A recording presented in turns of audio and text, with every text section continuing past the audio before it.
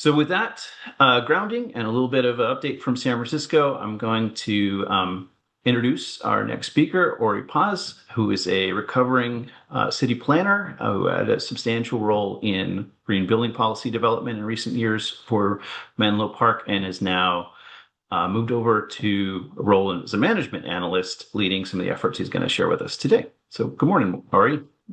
Good morning, Barry, and thank you for having me. Um, so we could probably advance the slide. I'm guessing it looks familiar to me. Okay, excellent. Yes. So again, Ori Paz, here on behalf of the sustainability team with the city manager's office, City Menlo Park, and I'm excited to share some of the work we've been doing for electrification in our city. Next slide, please.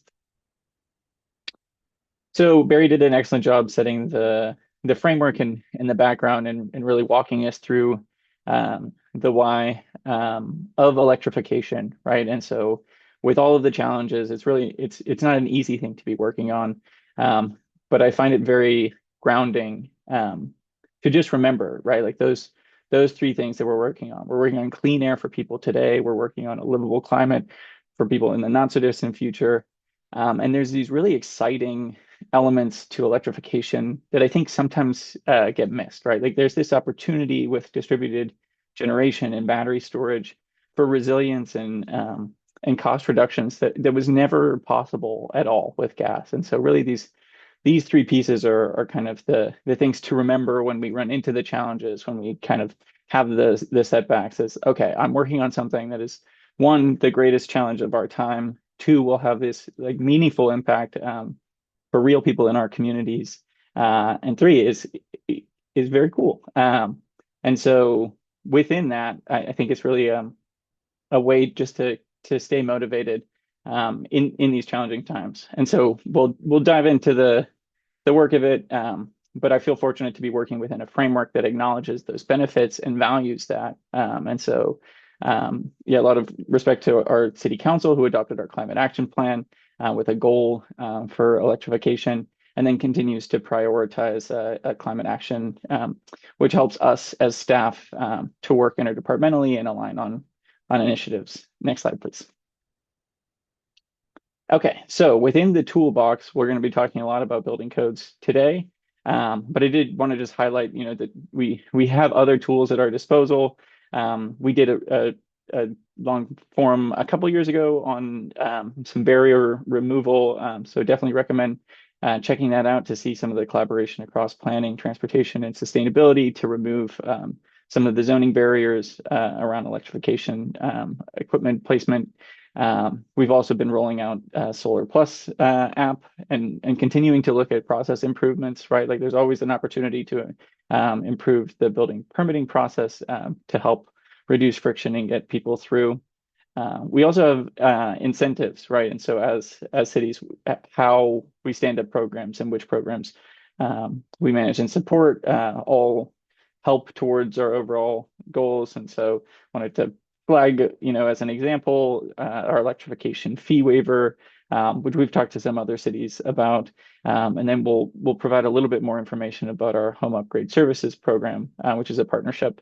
And then finally, we'll get into the regulations, right? The tide that lifts all ships that meet specific criteria, and talk more about those, both on the building code side of things, and then also some of the opportunities in zoning ordinances. Next slide, please. Okay, so for the home upgrade program, this is a fantastic program. It's a direct install for qualified residents.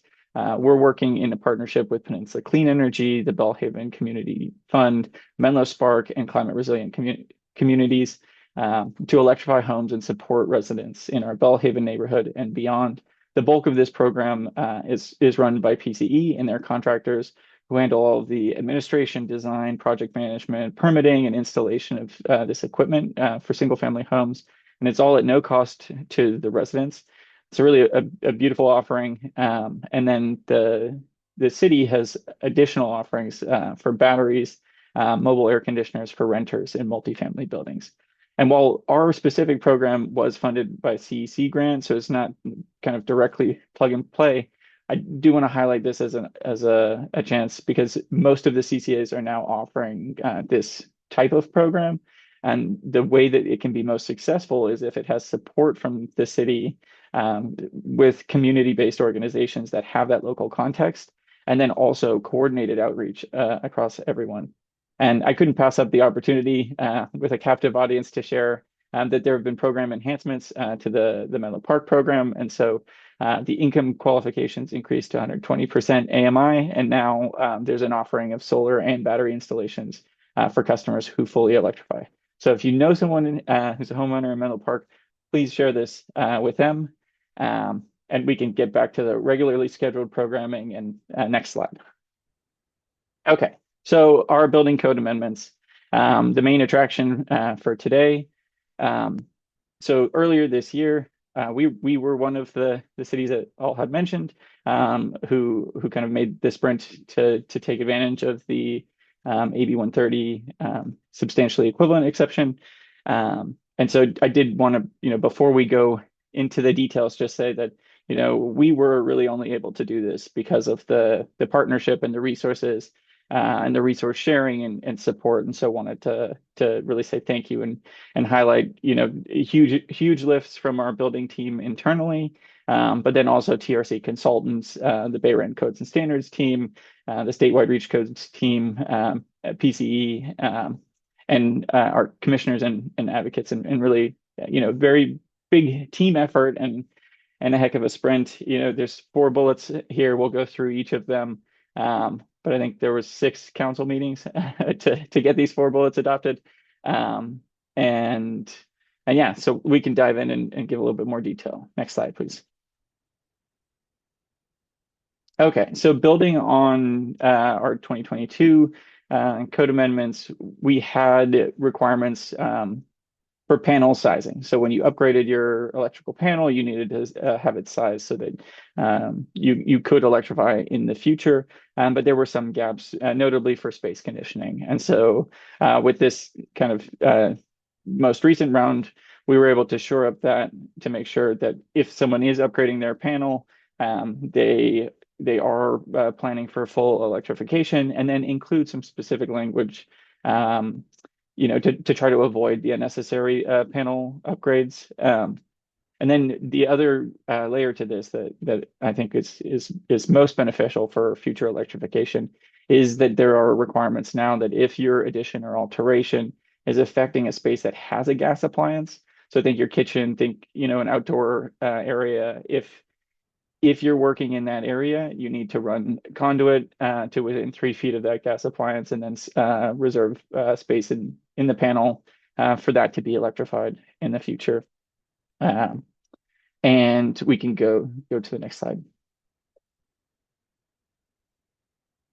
Okay, so in addition to the pre-wiring or electric readiness, we also adopted the air conditioner to heat pump or AC to heat pump requirements. And these again apply to existing single family homes. So anytime someone is proposing new cooling, they have essentially 2 options. The default first option is that they need to install a heat pump for space conditioning, so it can do the cooling that they're looking for and provide heating, which will then enable them to more easily and efficiently replace their gas furnace in the future because they'll already have an appliance that can do that. But if they're set on a traditional air conditioner, that option is available to them, but they would need to do some additional energy efficiency measures in order to go that route. Next slide, please. Oh, I guess so. One key note on the previous slide with the AC to heat pump is that the requirements do not require the removal of any gas equipment. So if you're shopping for building code options, that's an important feature that needs to be included. Okay, so FlexPath is the other the third component, which was quite new to us. And so we really leaned heavily on neighboring cities who had existing FlexPath requirements, who were also in our climate zone. So we looked at Piedmont primarily, and so modeled a lot of our work on them. And this applies to again, single family home additions and alterations where the project valuation is over $100,000. And that'll be adjusted annually for inflation. And then another important kind of detailed feature here was as we were looking through the cost effectiveness studies, really the vintage of the buildings or the age of the buildings was a key component here. So this applies to existing buildings, existing single family homes that were constructed before 2011, which was how we were able to meet our cost effectiveness. Um, and then as a part of this requirement, right, if your project is an addition or alteration over $100,000 in valuation, you need to include a minimum of two of the flex path scope options. So it could be increased installation, duct sealing, some electrification measures, right? So for water heater, gas furnace, or these energy audits with the implementation of the recommendations. And then there's a very, very easy one, which is just to replace all of the lamps, which are actually the light bulbs in the entire home. Next slide. Okay, so then just to share a little bit of our timeline that we followed, and then some of the next steps related to these before we share some other items. We just wanted to flag again that this was quite a sprint and a huge team effort. We needed to adopt amendments to the 2022 code, so those were adopted in August of 20 on August 26th. And then we filed with the California Building Standards Commission ahead of the deadline. And then we actually just received our approval from the CEC on November 13th. And then we have adopted the 2025 code amendments as well. And then we'll be enforcing those once we get CEC approval starting in the next year. Next slide, please. Okay. So there's a lot of information here. The main thing I wanted to highlight is that we did carry forward EV charging requirements that I think we first adopted them in 2018. They apply to new construction and existing buildings and new so residential and non-residential. So just in the spirit of highlighting kind of options, I wanted to share these. We can go to the next slide. And then finally, as Barry mentioned, I like to say once a planner, always a planner, but maybe recovering planner is also accurate. But one of the first projects that I actually got to work on with the City of Menlo Park was our general plan update in 2016. And so as part of that effort, the community had expressed priority of green and sustainable building. And then through that process, we built requirements that lived in the zoning ordinance. And so initially they applied only to the 3 zoning districts that were created through that process.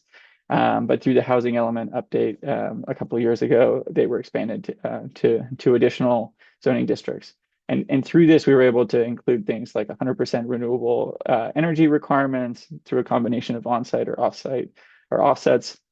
Energy reporting, which is really, really important for future benchmarking, and a much lower threshold, so 10,000. And then LEED certification, water budgets, dual plumbing things for much larger new buildings, zero waste plans, and bird-friendly design. And so, yeah, just wanted to highlight again that there's a big opportunity in zoning. We can go to the next slide, and I'll say the future focus for us, we have clear runway through AB 130 to look at non-residential buildings. There's ample opportunity, right? There's fewer buildings, higher usage, and longer equipment life. And so, yeah, as we think of the challenges, there are still opportunities that are wide open. Next slide. So keep up the great work, and let us know if you have any questions about anything that I shared on behalf of my team. And yeah, thank you again for the opportunity to share today.